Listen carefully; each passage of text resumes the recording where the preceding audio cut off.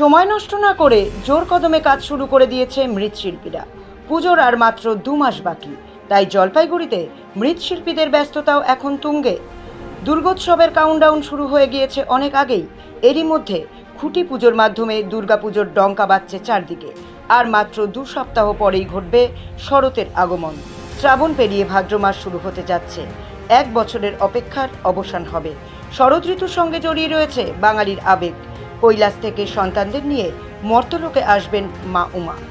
বর্তমানে তারই প্রস্তুতিতে ব্যস্ত মৃৎশিল্পীরা। রয়েছে আবহাওয়ার খামখেয়ালিপানা। তা সত্ত্বেও প্রতিমা তৈরির প্রস্তুতি চলছে জোর কদমে। জিনিসপত্রের মূল্যবৃদ্ধির পাশাপাশি বাড়ছে প্রতিমা তৈরির সরঞ্জামেরও। মাটির দামও এখন প্রায় আকাশ ছোঁয়া, তাই প্রতিমার মাটি কিনতে গিয়ে ঘাম ছুটছে শিল্পীদের। এক মৃৎশিল্পী বলেন, পুজো কমিটিগুলোর মতো তাদেরও কিছু অনুদানের ব্যবস্থা করা হোক সরকারের তরফে। এ কাজই আমাদের জীবন জীবিকা, তাই লাভ ক্ষতির মধ্য দিয়ে কাজ করতে হয়।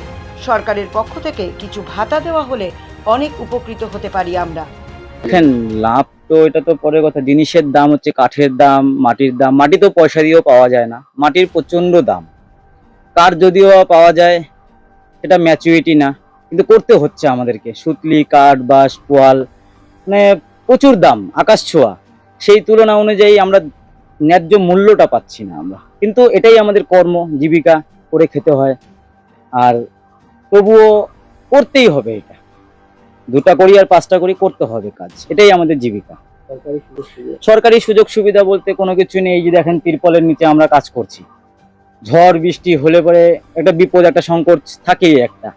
এর মধ্যে নিয়েই আমরা রোদ জল বৃষ্টিকে মাথায় নিয়ে আমরা কাজটাকে এগিয়েছি। খালি আমি বলে না, সবাই, প্রত্যেকটা শিল্পীরাই এইভাবেই এগিয়ে যাচ্ছে তারা। কিন্তু আমার বলে সেটা বলবো না, প্রত্যেকটা শিল্পীরই কোনো সরকারি সুযোগ সুবিধা বলতে কোনো কিছুই নেই। সে যেখানেই সে কাজ করুক না কেন, যদি একটু সুযোগ সুবিধা যদি হয়, তাহলে পাল্লা তাহলে একটু উঠে দাঁড়াতে পারে। কিন্তু সেটা তো আমরা পাচ্ছি না। আমাদেরই নিজেরা টাকা পয়সা জোগাড় করে, যেভাবে হোক, যে পরিস্থিতি হোক, তারপরে আমাদেরকে কাজটাকে এগিয়ে নিয়ে যেতে হয়। হ্যাঁ, লোন করতে হয়, ব্যাংক ঋণ নিতে হয়, পাবলিক ঋণও কিছু কিছু সময়, কিন্তু উপায় নেই, কি করব। তো সংসার পরিবার তো আছে, কারিগর খাটাতে হবে। আজকে একটা কারিগর কাজ করছে, কালকে আরো 2টো কারিগর কাজ করবে, তাহলে সবাইকে তো চালাতে লাগবে না। না, পুজো প্রচন্ড সামনে, খুবই সামনেই পুজো। এখন বর্তমানে দুর্গোর কাজটা চাপিয়ে নেওয়া হয়েছে, এখন বিশ্বকর্মার সামনে আছে। তারপরে তার আগে মনসা আছে, মনসার কাজ এখন চলছে, বিশ্বকর্মাও কাজও চলছে। মানে স্টেপ বাই স্টেপ এখন আমাদের প্রচন্ড পরিমাণেই ব্যস্ত। এখন সময় দেওয়াটা খুব চাপ। তা দেখা যাক কতটুকু কাগাতে পারিয়ে, কিন্তু ভয় হচ্ছে এই বৃষ্টি, ঝড় বৃষ্টিটা নিয়েই প্লাস্টিকের নিচে কাজ করি, এটাই হচ্ছে ভয়। জলপাইগুড়ির বাসীকে এটাই বলবো, আসেন সবাই। এই একটা সেটিং মালের মধ্যে ঘটকে মা দুর্গা আসছে, সেটাকে তুলে ধরা হয়েছে।